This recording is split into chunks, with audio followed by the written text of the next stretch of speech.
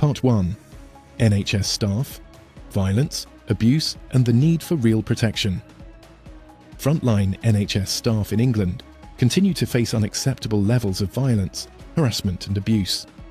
This is happening not only from patients, relatives and members of the public, but also within workplaces themselves. The latest 2024 NHS staff survey shows the situation worsening. 14.38% of staff reported at least one incident of physical violence in the past year, up from 13.88% in 2023. Internal violence is rising too. 1.89% of staff reported physical violence from colleagues, while 0.78% experienced violence from managers.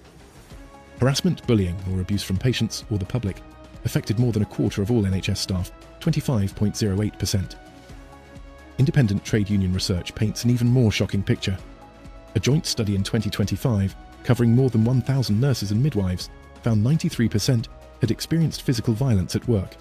63% were attacked in the last 12 months, and 17% had been assaulted in the previous week alone.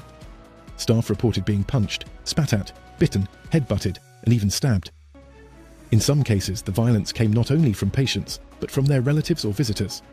The pressure is particularly acute in A&E departments, mental health settings, and anywhere understaffing and high demand collide. Violence against A&E staff has almost doubled since 2019. Beyond the physical injuries, the emotional and psychological toll is immense. Burnout, anxiety and PTSD-type symptoms are now widespread across the NHS workforce.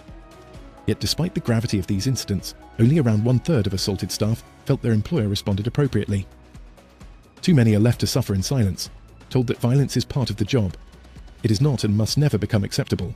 NHS staff are the backbone of the health service, and they deserve workplaces that are safe, properly staffed and actively protected by management.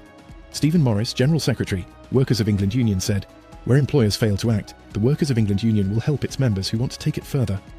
If you have been assaulted, harassed or abused by a patient, a member of the public, a colleague or a manager, you are not alone. The WEU is here to stand with you, to challenge unsafe practices and to support you in taking the matter further with your employer. Contact the Workers of England Union office immediately if you have experienced any form of violence or abuse at work. We will make sure your voice is heard and your employment rights are defended." References: NHS England NHS Staff Survey 2024, Unison National, Violence Against Nurses and Midwives.